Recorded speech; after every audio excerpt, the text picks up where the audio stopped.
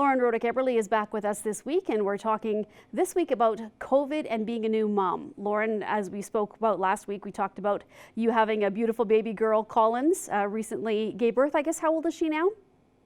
She's almost 10 months. 10 months, holy cow. So it's been a long time since we've chatted, for sure.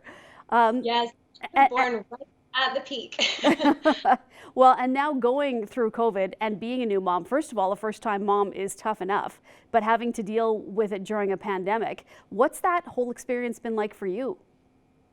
Well, it's kind of a weird thing because since I haven't had a kid before, this was kind of just my new normal. So I didn't get to experience before any of those sip and see parties or having a food train or any of that.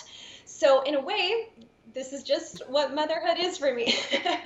But as a really great perk, which is kind of a weird thing to say during this awful time, is that we've had a lot of quality time together.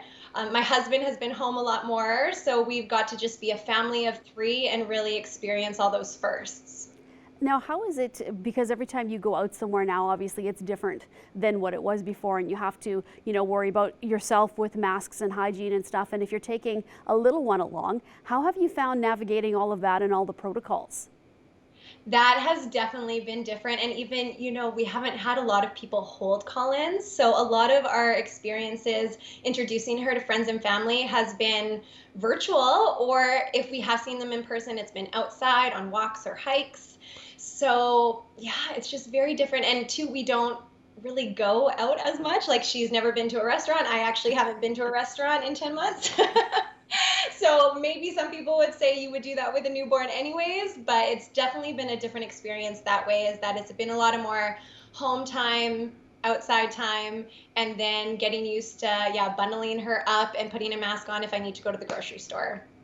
If you are feeling overwhelmed, there's a lot of things to consider just being a first-time mom, but in this pandemic as well, what are some of the places you go or some of the people that you would be looking to even just rely on for support? What's the best way to build a support system in this situation? Well, I'm blessed that I have so many friends that just had their first babies too. So we've been a great resource for each other. So if you can find your group of other moms or even just close friends that can understand what you're going through, it's great to be able to talk it out with them. And then, like I said, I'm such an advocate for getting outside and going on walks and just trying to do some stuff to change up the routine and make it exciting and have those experiences together so you don't feel like you're always cooped up inside. Well, Lauren, you always have good tips and just ideas and different things to do, not only for dealing with a newborn, but also you have some great recipes that I've followed on Instagram as well. So if people are looking to check out any of your social media or get in touch with you with questions, what's the best way to do that, Lauren?